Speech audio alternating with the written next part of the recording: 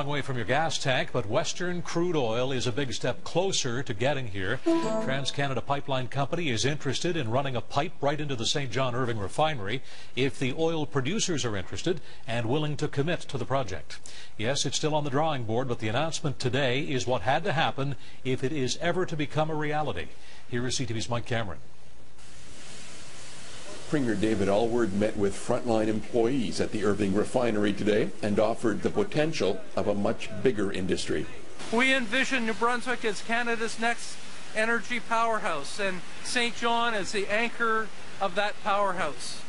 The planned starting point of a west-east pipeline is a new tank terminal in Hardisty, Alberta.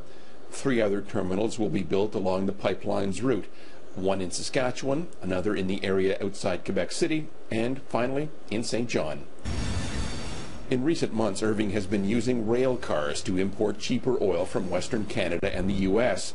TransCanada's Energy East pipeline would change all that.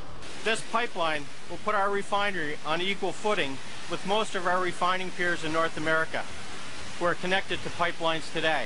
The proposed pipeline would be able to move 850,000 barrels of oil a day from Western Canada. To put that in perspective, that's about 3 times the amount of oil that Irving is able to refine here in St. John. Some of that oil would be exported through the Canaport facility to other countries, including India. The rest? It's better for St. John, it's better for New Brunswick, and the excess oil that comes through that pipeline, I hope Irving uses it here, and I hope we don't have to ship it off. Andrew Dawson says refining the oil here would create more work for existing and future refinery employees. We're just really looking forward to the project. Hopefully it does go through. Even though it's unclear if the pipeline would be extended to the refinery in Dartmouth, Nova Scotia reaffirmed its support today. And I think it bears repeating that anytime the energy infrastructure in a region is strengthened, that's good for the entire region. Premier Alward says the environment will be protected regardless of what route is eventually chosen for the new pipeline. The next 2 months are critical if this pipeline is going to happen. TransCanada wants firm commitments, long-term commitments from companies here on the East Coast, companies including Irving Oil, just how much oil that they will commit to take. And they won't make that decision until they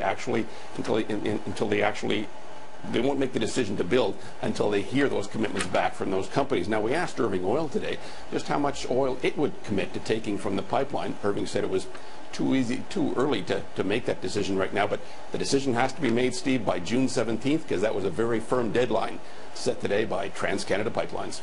Yeah, lots to talk about here, and we'll do that with the Natural Resources Minister Joe Oliver after 6:30. Mike, thanks. You're welcome.